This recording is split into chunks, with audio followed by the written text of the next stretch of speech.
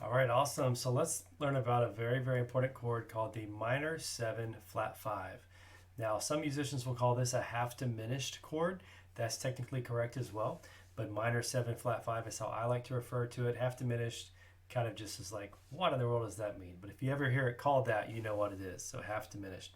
So what we're going to do is we're going to start with a minor 7 chord. Okay, the way this chord is written out is just like you would write a regular minor 7. So if we're going to make like a C minor 7 flat 5, we would start with C minor 7, and then we're just going to flat the 5th. Okay, so we're going to take it and do C minor 7, which we know. We've used this chord a lot, and we're just going to flat the G, which is our 5, to G flat.